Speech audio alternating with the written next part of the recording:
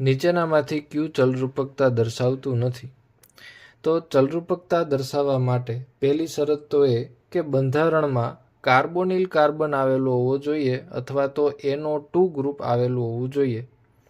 તો આપણને જે ચારે વિકલ્પો અહીંયા આપ્યા છે એમાં ચારેય વિકલ્પોમાં કાર્બોનિલ કાર્બન એ હાજર છે.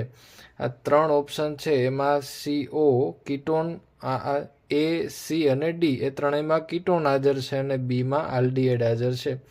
તો ચારેયમાં કાર્બોનિલ કાર્બન આવેલા છે. બીજી શરત એ છે કે સંતૃપ્ત કાર્બન પરમાણુની સાથે ઓછામાં ઓછો એક આલ્ફા હાઇડ્રોજન હોવો જરૂરી છે. તો આપણે બધા બંધારણમાં ચેક કરી લઈએ કે ચલરૂપક બને છે કે નથી બનતું. તો પહેલાં જોઈએ આપણે વિકલ્પ A. તો C6H5 C double bond O CH3. તો અહીંયા મિત્રો આલ્ફા કાર્બન આવેલો છે અને એની પાસે આલ્ફા હાઇડ્રોજન પણ છે.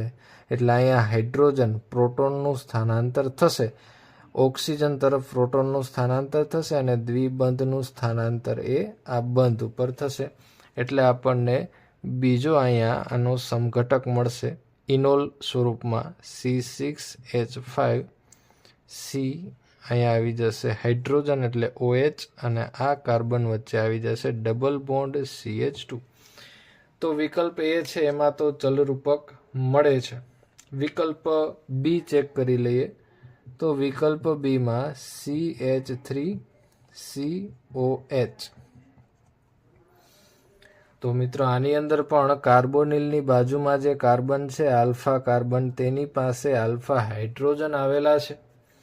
તો એ પણ ચલરૂપકતા દર્શાવશે.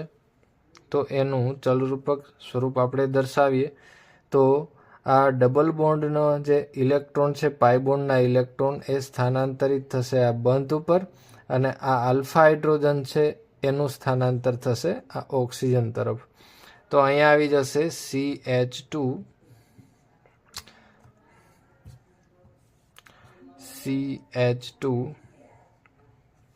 આ બે કાર્બન વચ્ચે ડબલ બોન્ડ C. અહીંયા આવી જશે OH એન્ડ H. ત્યાર પછી ત્રીજું C જોઈએ. CH3 C double bond O CH3. તો આમાં તો બંને બાજુ આલ્ફા કાર્બન છે, કોઈ પણ એક બાજુ આપણે હાઇડ્રોજનનું સ્થાનાંતર દર્શાવીએ. તો અહીંયા પણ 3 આલ્ફા હાઇડ્રોજન આવેલા છે એટલે આનો પણ ચલરૂપક આપણને મળશે. પાઈ બોન્ડના ઇલેક્ટ્રોન સ્થાનાંતરિત થશે આ બંધ ઉપર અને હાઇડ્રોજનનું સ્થાનાંતર થશે ઓક્સિજન તરફ. તો આનું પણ આપણને ચલરૂપક મળશે CH3 C. અહીંયા આવી જશે OH ડબલ બોન્ડ CH2. ત્યાર પછી ડી વિકલ્પ જોઈ લઈએ.